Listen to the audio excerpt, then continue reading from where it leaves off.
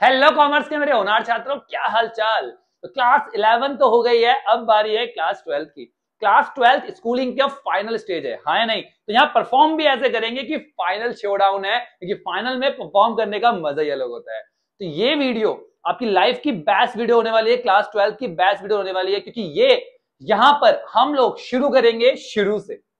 हम बात करेंगे हर उस परेशानी की जो आप क्लास 11 में फेस करते आए हो। हम बात करेंगे कि आपको अपने क्लास 12 के लिए जो बेस चाहिए वो कैसे मिलेगा। हम बात करेंगे कि किस तरीके से हमें क्लास 12 में अच्छा परफॉर्म करना है। हम बात करेंगे कि हमारा सिलेबस क्या क्या है। हम यहाँ पर सब कुछ कवर करने वाले हैं। हम देखने वाले हैं कि किस तरीके से हमें आरंभ करना है, क्योंकि आरंभ अच्छा होगा तभी तो अंत अच्छा होगा, हाँ या नहीं। तो चलो बेटा शुरू करते हैं।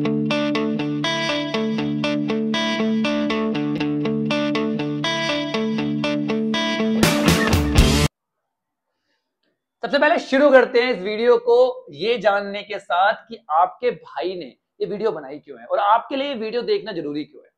सबसे पहला पॉइंट, ये एक नई बिगनिंग है।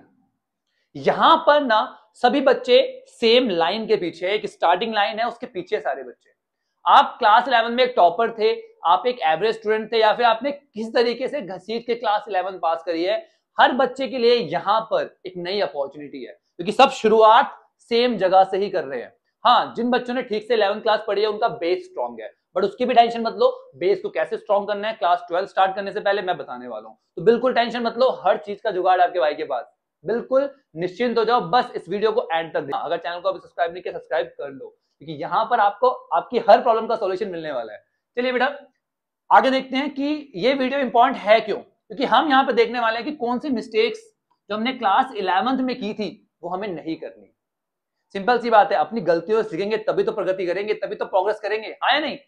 चलिए इसके बाद हम रोड मैप भी देखने वाले हैं कि क्लास 12 में किस तरीके से पढ़ना है, किस सब्जेक्ट के लिए क्या स्ट्रेटेजी यूज करनी है, सब कुछ ठीक है। इसके बाद हम देखेंगे कि किस तरीके से हमें बेस क्रिएट करना है क्लास 12 के लिए। ये उन बच्चों के लिए जिनका बेस अभी भी स्ट्रांग नहीं है, जिन्हें डर लग रहा है क्लास 12 में क्या, क्लास 11 तो ठीक से पढ़ी नहीं, क्लास 12 में क्या होगा। ठीक है, तो सब कुछ कवर करने वाले हैं, बिल्कुल टेंशन फ्री हो जाओ, बस जुड़े रहो और फोकस से इस वीडियो को देखते रहो। चलिए तो सबसे पहले बात करते हैं अपने बेस क्रिएशन से कि यार अगर क्लास 11 में हमने ठीक से नहीं पढ़ा तो क्या क्लास 12 आपको समझ में आएगी। हाँ बिल्कुल समझ में आएगी, बस कुछ टॉपिक है, कुछ सेलेक्टिव पार्ट है क्लास 11 का जो आपको अपना स्ट्रॉन्ग करना है, दैट्स इट। उसके बाद क्लास 12 में फोड़ दोगे, बट ये पार्ट जरूर अपना स्ट्रॉन्ग कर लेना, अदरवाइज क्लास 12 में प्रॉब्लम आएगी। ठीक है बेटा, चलिए तो बात करते हैं सबसे पहले अकाउंटेंसी की। अकाउंटेंसी में कुछ टॉपिक्स आपको पढ़ने हैं, अकाउंटिंग टर्म्स कि भैया असेट्स क्या है, लायबिलिटी क्या है, आउटस्टैंडिंग एक्सपेंस क्या होता है, सारी टर्म्स आपको पता होनी चाहिए। इसके बाद जनरल एंट्रीज, ये मस्ट है, अगर ये नहीं आते तो क्लास 12 में कुछ नहीं होने वाला। क्या कह रहे हो भैया कुछ नहीं होने वाला, आपको डिमोटिवेट कर रहे हो? डिमोटिवेट नहीं कर रहा, रियलिटी चेक है ये आपके लिए। अगर आपको जनरल एंट्री नहीं आती तो क्लास 12 में बहुत प्रॉब्लम आने वाली है, तो इसलिए कह रहा हूं आपके भाई ने वीडियो डाल रखी है जनरल एंट्री क्लास 11 की, एक बार देख लेना, वहां से आपके सारे कंसेप्ट क्लियर हो जाएंगे। ठीक है बेटा, चलिए यहां से आपको डेबिट क्रेडिट के रूल्स वगैरह सब कुछ क्लियर हो जाएगा। ठीक है, इसके अलावा आपको लेजर पोस्टिंग आनी चाहिए कि जनरल एंट्री को किस तरीके से लेजर में पोस्ट किया जाता है।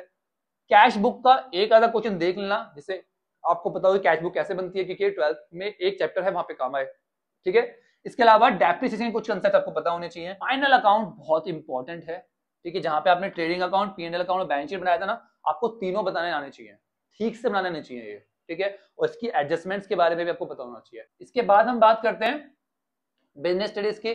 बिजनेस स्टडीज में क्लास 11 से क्लास 12 में बहुत कम ट्रांसफर हो रहा है। अगर देखा जाए क्लास 11 से जो 12 में ट्रांसफर हो रहा है वो एक चैप्टर हो रहा है, वो है सोर्स ऑफ बिजनेस फाइनेंस। ठीक है, ये ठीक से पढ़ लोगे तो फाइनेंशियल मैनेजमेंट के नाम से चैप्टर नंबर 12 है क्लास 12 में, 12 मार्क्स का। यहाँ पे आपको यूजफुल रहेगा ये चैप्टर, बहुत ज्यादा काम आएगा। ठीक है, क्योंकि यहाँ पे हमें फाइनेंस के बारे में बात की और वहां पे भी हम फाइनेंस के बारे में बात कर रहे हैं, शेयर डिवेंचर वगैरह। ठीक है, इसके अलावा अगर आप चैप्टर नंबर 2 पढ़ लेते हो बिजनेस स्टडीज का, ठीक है, क्लास 11 का, तो ये आपको काम आने वाला है अकाउंटेंसी में। क्योंकि अकाउंटेंसी में ना दो बुक है, एक है पार्टनरशिप और दूसरी है कंपनी। दोनों का जो बेसिक है ना वो यहीं से है। अब बात करते हैं इकोनॉमिक्स की। तो बेटा इकोनॉमिक्स में अब हमारे पास स्टैट्स नहीं है, तो सिंपल सी बात है क्लास 12 के लिए उसका बेस होना स्ट्रॉन्ग जरूरी नहीं है, बट हाँ ये स्टैट्स जो है सीयूटी में काम आएगा। ठीक है, और अब जो एक नई बुक है हमारे पास स्टैट्स की जगह, वो है इंडियन डेवलपमेंट। सब कुछ नया है, फिर वही बात, मजा आएगा। और जो माइक्रो पढ़ी थी ना आपने, उसकी जगह अब हमारे पास है मैक्रो। ठीक है, तो माइक्रो में हमने केवल इंडिविजुअल के लिए पढ़ा था, मैक्रो में पढ़ेंगे हम किसके लिए, पूरी इकोनॉमी के लिए। तो यहाँ पे हम सब कुछ एग्रीगेट पढ़ते हैं, जोड़ पढ़ते हैं, सम ऑफ ऑल पढ़ते हैं, सिंपल सी बात है। तो मैक्रो के कुछ कंसेप्ट आपको पता होने चाहिए, जिसमें है डिमांड एंड सप्लाई। बस ये 2 चैप्टर ऐसे हैं जो आपके काम आने वाले हैं क्लास 12 में, बाकी सब कुछ नया है। अरे बस समझ में, तो बस एक बार इसको ओवरव्यू ले लेना, किस तरह से ग्राफ बनते हैं, कौन से फैक्टर्स इसको इफेक्ट करते हैं, डिमांड सप्लाई, क्योंकि आगे काम आएगा। ठीक है, चलिए अब बात करते हैं कि कौन सी मिस्टेक्स हम क्लास 11 तक करते आए हैं और वो मिस्टेक हमें अब कैसे अवॉइड करनी है। पहली मिस्टेक आप लोग करते हो ना, वो करते हो बेटा फॉलो द क्राउड ब्लाइंडली। भाई मेरा दोस्त ये कर रहा है तो मैं भी यही करूंगा, क्लास में सारे बच्चे ये कर रहे हैं तो मैं भी यही करूंगा, सारे बच्चे ऑनलाइन कोचिंग ले रहे हैं तो मैं भी ऑनलाइन लूंगा। ठीक है, आप सारे डिसीजन ना क्राउड को देख के ले लेते हो, और वही सबसे बड़ी गलती होती है। यार हर एक बच्चे का पोटेंशियल अलग है, इंटरेस्ट अलग है, सर्कमस्टांसेस अलग है। तो आप अपने सर्कमस्टांसेस, अपने इंटरेस्ट, अपने स्ट्रेंथ और वीकनेस को देखो ना यार, उन सबको क्यों देख रहे हो आप। कोई भी डिसीजन लेने से पहले, क्लास 12 में पहले बता रहा हूं, कोई भी अगर आपको डिसीजन लेना ना, तो सबसे पहले आपको क्या देखना है, अपनी स्ट्रेंथ और अपनी वीकनेस, उसके हिसाब से डिसीजन लेना। तो डिसीजन लोगे कैसे, सबसे पहले ऑब्जर्व करोगे वो क्या कर रहे हैं, वो देखोगे। ठीक है, उसे एनालाइज करोगे, कंसल्ट करोगे अपने मेंटोर से, जो भी आपको गाइड कर सकता है। कोई डाउट है तो मैं बैठा हूं, मुझसे पूछो, अरे बस समझ में, कमेंट करो किसी भी वीडियो में, मैं रिप्लाई करूंगा। तो कंसल्ट करोगे, कंसल्ट करने के बाद अपने स्ट्रेंथ और वीकनेस के हिसाब से डिसाइड करोगे। ये ऐसा नहीं है कि जो वो लोग कर रहे हैं आप भी वही करोगे। अगली मिस्टेक जो आप करते हो, वेस्टेज ऑफ टाइम। आधे बच्चे ना क्लास 12 में यही बोलते रहते हैं कि भैया टाइम ही नहीं मिलता, और उनके पास भरमार है टाइम का, बट उनका एक ही एक्सक्यूज रहता है कि भैया टाइम नहीं मिलता। टाइम कैसे नहीं मिलता यार, ऐसे ऐसे बच्चे देखे हैं मैंने जो जिनकी फाइनेंशियल कंडीशन इतनी बुरी है, ठीक है, वो बेचारे काम भी कर रहे होते साथ में और पढ़ाई भी कर रहे होते हैं। यार आपको तो आपके पेरेंट्स सब कुछ प्रोवाइड कर रखा है, सारी फैसिलिटीज है आपके पास, फिर भी टाइम नहीं मिलता। क्यों नहीं मिलता ये बताता हूं मैं आपको, क्योंकि आपने अपने टाइम को, आपने अपनी लाइफ में चीजों को प्रायोरिटाइज नहीं कर रखा। आपकी प्रायोरिटीज जो है ना वो फिक्स नहीं है, आपको पता ही नहीं है कि आपके लिए क्या ज्यादा इंपॉर्टेंट है। जिस टाइम पे आप अपनी प्रायोरिटीज को फिक्स कर दोगे ना, वहीं पे आधे से ज्यादा प्रॉब्लम खत्म हो जाएगी। ध्यान रखना इस बात को, टाइम अपने आप निकलने लगेगा। दोस्त कॉल कर रहे हैं कि आज घूमने चलते हैं, या फिर आपको पता है कि यार तो मेरा पढ़ने का टाइम है। अब आपकी प्रायोरिटी क्या है दोनों में से, जब वो फिक्स हो जाएगी तो अपने आप सारी प्रॉब्लम सॉल्व हो जाएगी। ध्यान रखना इस बात को, सबसे पहले अपनी प्रायोरिटी सेट कर लो, उसके बाद बात करते हैं हम टाइम मैनेजमेंट की, क्योंकि टाइम मैनेजमेंट के लिए पहले प्रायोरिटी का सेट होना जरूरी है। ठीक है, तो एक बार आपको पता लग गया कि आपके लिए इंपॉर्टेंट क्या है, अपने आप टाइम निकलेगा। ठीक है, उसके बाद आपको क्या करना है, अपने टाइम को डिवाइड कर लेना है, कैसे, इफेक्टिवली अलग अलग सब्जेक्ट में। यहाँ पे बच्चे बहुत मिस्टेक करते हैं, केवल कुछ सब्जेक्ट जिसमें उनका इंटरेस्ट होता है वही पढ़ते रहते हैं। अकाउंट्स और मैथ्स जनरली यही होते हैं, इन्हीं को पढ़ते रहेंगे, इनको पढ़ते रहेंगे। इकोनॉमिक्स और बिजनेस स्टडीज और बाकी जितने भी इंग्लिश वगैरह सबको बिल्कुल इग्नोर कर देते हैं। इसकी वजह से होता क्या है, वो सबसे स्ट्रांग हो जाते हैं और वो वीक रह जाते हैं, वहां पे उनके मार्क्स कम हो जाते हैं, जिसकी वजह से वो अच्छा स्कोर नहीं कर पाते ओवरऑल, और उनका बेस वीक रहेगा। सिंपल सी बात है, आगे भी प्रॉब्लम रहेगी। तो भैया सभी सब्जेक्ट को टाइम प्रोवाइड करना, मैं ये नहीं बोल सकता इक्वल टाइम देना है, नहीं, बट हाँ सबको टाइम देना है।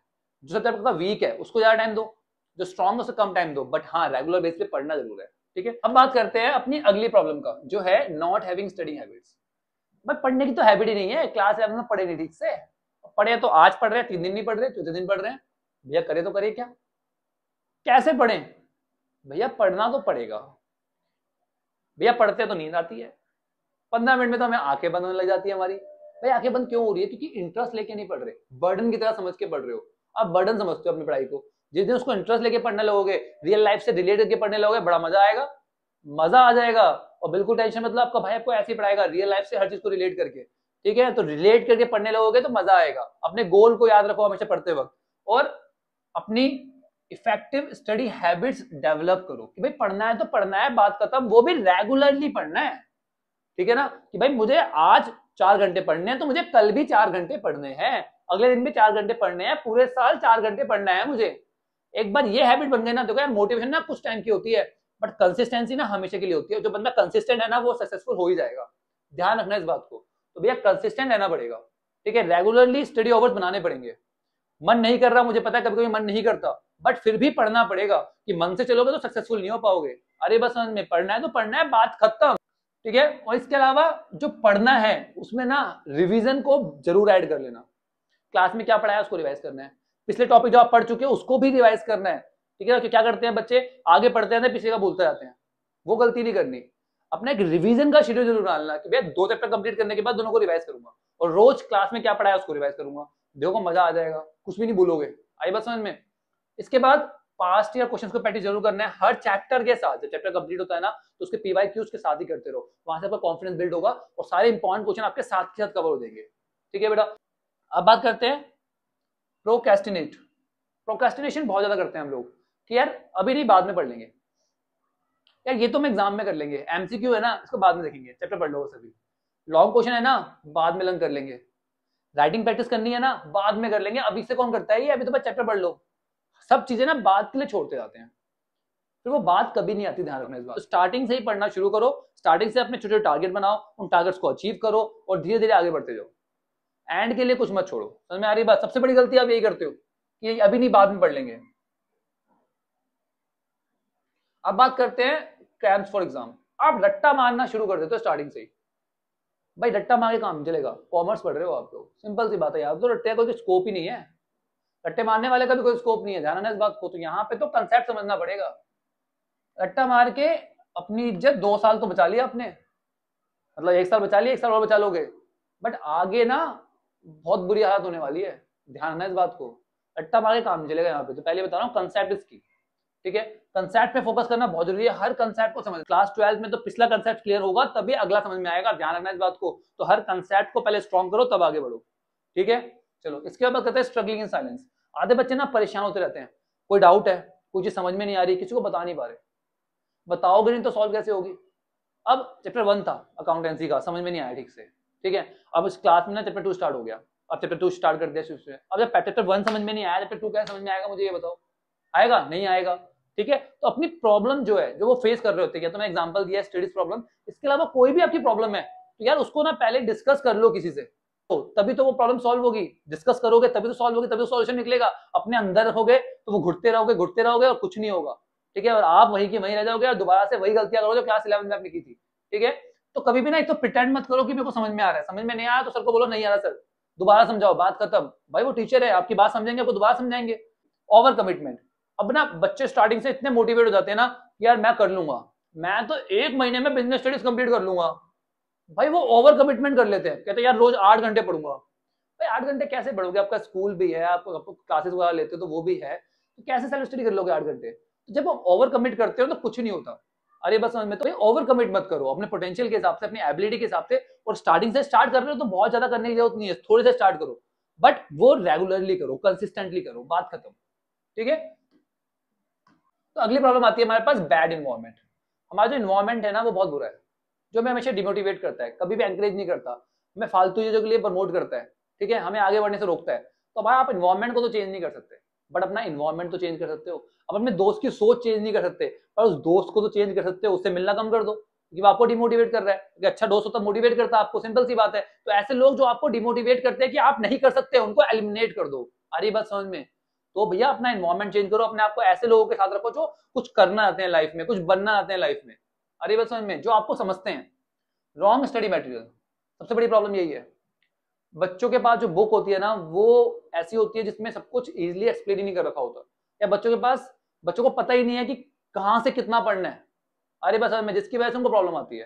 तो उसकी टेंशन मत लो, मैंने ऑलरेडी कौन सी बुक्स आपको परचेज करनी है उसकी वीडियो डाल रखी है, उस वीडियो को देख लेना, कहां से क्या पढ़ना है, कितना पढ़ना है, सब कुछ मैंने वहां पे बता रखा है आपको, ठीक है बेटा। और अपना स्टडी मटेरियल स्टार्ट करने से पहले ही अपना एक जगह पे इकट्ठा कर लेना, क्योंकि फिर इधर उधर भागोगे तो उसमें बहुत टाइम वेस्ट होता है और परेशानी होती है, इरिटेशन होती है। आई बात समझ में। तो पहले ही स्टडी मटेरियल अपना इकट्ठा कर लेना, ठीक है। इसके बाद बात करते हैं डिमोटिवेशन, स्ट्रेस।